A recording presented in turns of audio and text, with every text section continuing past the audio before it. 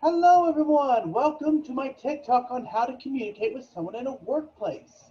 Now I'll share my screen real quick so we can get started. Alright.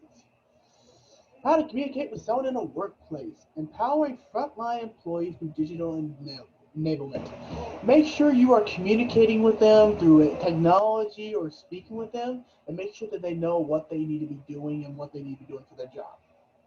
Increase demand for operational communication. Make sure that they know what they need to be doing and what they have to be doing. So like if I hire someone to be a woodcutter, I expect them to cut wood, not cut metal. So make sure they know what they're doing. Prioritize employee recognition. Don't be afraid to go up to them and tell them, hey, you're doing a really good job. Most of the time, they're probably going to be really proud of that because they worked so hard, so they're going to like it. It's a team seek platforms that are secure, customizable, and extendable. Work with their schedule.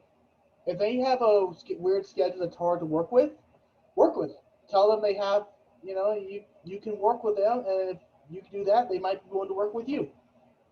Emphasize the organizational alignment. Make sure that they know what they are signing up for, what they are here to do, and what they need to do, and that they need to be here at the time they need to be here. Make sure they know that. The positives of doing this is that you will grow closer to your employee, and that he'll start to understand you, and you'll start to understand them, and you'll grow into a bigger bond.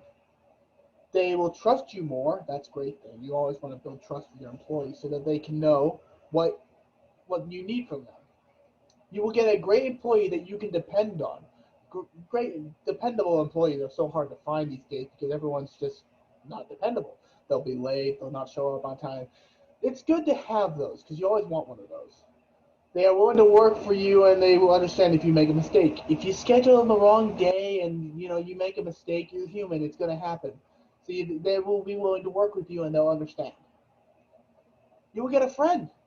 It's always nice to have new friends, and it's always good to have them. So the more friends you have, the more the workplace is going to be fun for you. However, that is also a negative.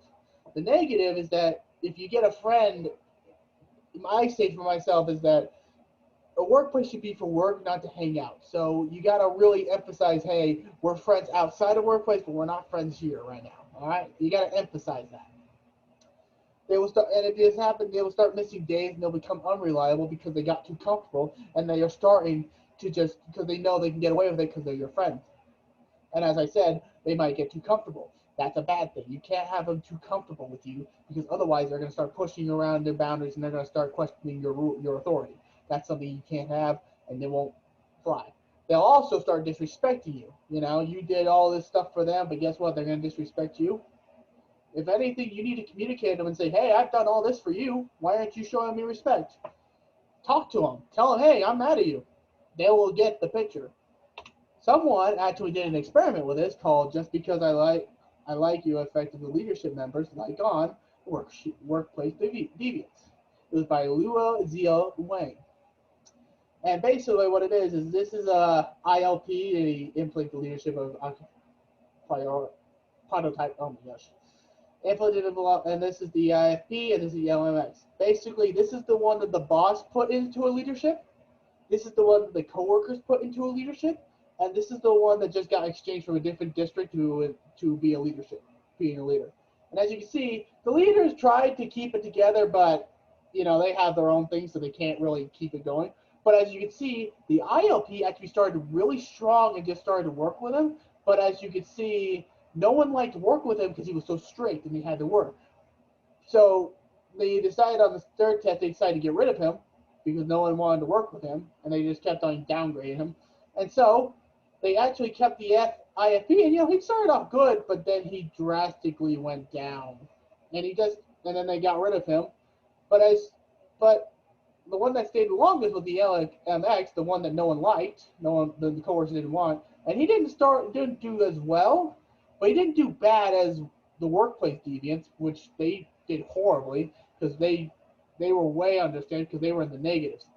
If you don't emphasize or communicate with them, they are going to, they're going to lose it, and they're going to end up in the negatives, and you're going to be way behind. You got to communicate this, and you got to be willing to communicate with them so they know, hey, this is what's expected. And if they don't start doing it, then it might be time for them to leave. It's harsh, but you know. And that basically does my TED Talk. Thank you for showing up, and have a great day.